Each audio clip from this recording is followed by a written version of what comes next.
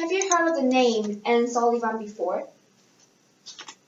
Most of you might not have realized that she was the one who taught and assisted Helen Keller to succeed. You may not be aware of the incredible dedication Sullivan had towards Helen Keller when caring for her. The reason why Helen is more celebrated is because she became an acclaimed author and appeared in various media sources. However, it was Anne Sullivan who silently assisted her behind the scenes at all times.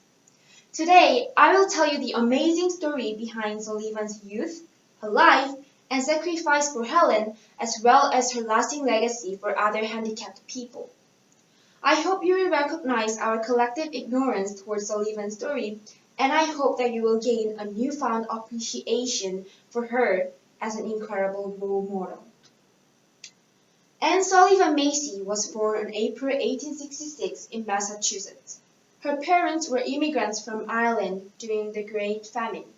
Thus, due to poverty and nutritional deficiency, she suffered from an eye disease called trachoma. As the hardship continued and Anne's mom died, Anne and her brother were sent to the Tewkesbury Almshouse. This was a crowded, unsanitary place that was not financially supported by anyone.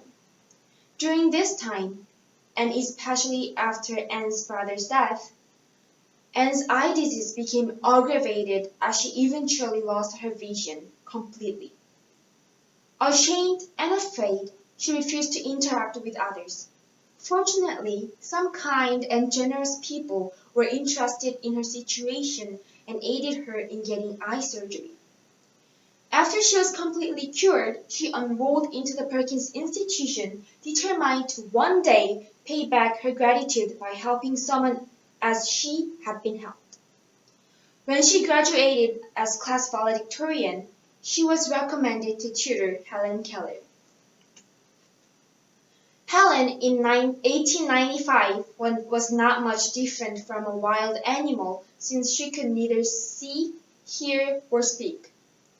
For several weeks, Anne repeatedly spelled words on Helen's hand, quietly encouraging her to create a connection between the word formed on her palm and the object she felt.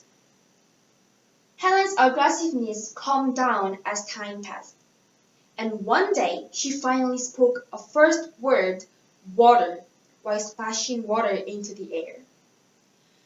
She continued her learning under Anne Sullivan as she learned an incredible 575 words in just 6 months thanks to Anne's mighty efforts. This was just the beginning of the relentless efforts Anne had towards Helen. Anne encouraged Helen to attend the Perkins School and was always beside her until her last breath.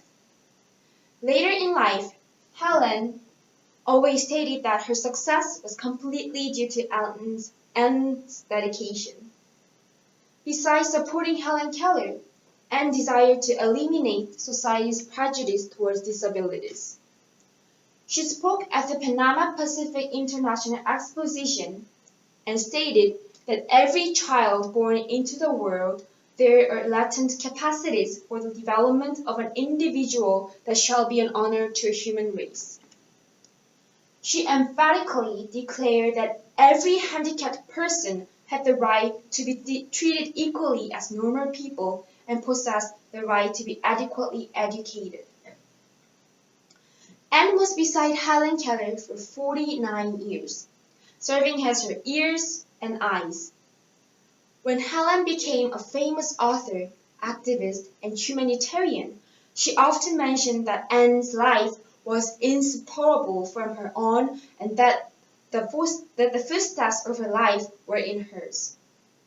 She asserted that all the best of herself belonged to Anne as well. To better understand her unbelievable devotion, we have to put ourselves in her shoes and ask ourselves, what would we do if we were in Anne Sullivan's position? Would we sacrifice our entire lives in service of one person? Regardless of the answer, I hope you have gained a new perspective towards social workers and other heroes that put others' lives. Thank you.